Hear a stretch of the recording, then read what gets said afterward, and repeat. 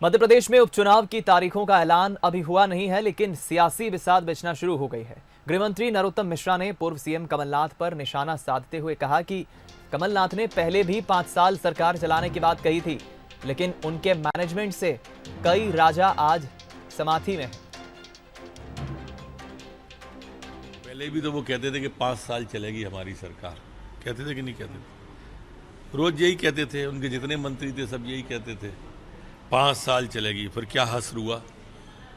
किसान क्या समझ गया? उनकी पार्टी के लोग समझ गए, उनके नेता समझ गए, उनके कार्यकर्ता समझ गए।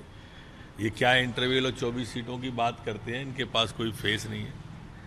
कमलनाथ जी कभी जनता के बीच गए नहीं, जनता की समस्या सुनी नहीं, किसान मजदूर की समस्या सुनी नहीं। ट्विटर, पेपर और टीवी पर जो राजनीति करते हैं वो सिर्फ बातें ही करते हैं, जीतते नहीं।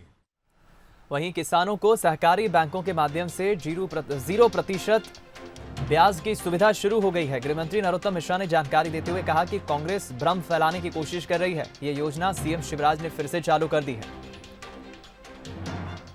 माननीय मुख्यमंत्री जी स्वयं अब लॉकडाउन खत्म होने के बाद किसान के खेत पे जाके मनरेगा के मजदूरों को काम ठीक मिल रहा है कि नहीं, ये स्वयं जाके चेक करने वाले हैं। 0% ब्याज पे मैं एक बात और आपके माध्यम से किसान तक पहुंचाऊं। कुछ किसान कहते हैं कि हमने जो गेहूं बेचा उसमें से हमारा सहकारिता का कुछ पैसा 10-20 हज़ार काट लेते हैं। उस पैसे को ऐसा काटा हुआ मत मानो, आपका खाता बेवा का हुआ है। आप उसी दिन 0% ब्याज पे फिर पैसा ले सकते हो।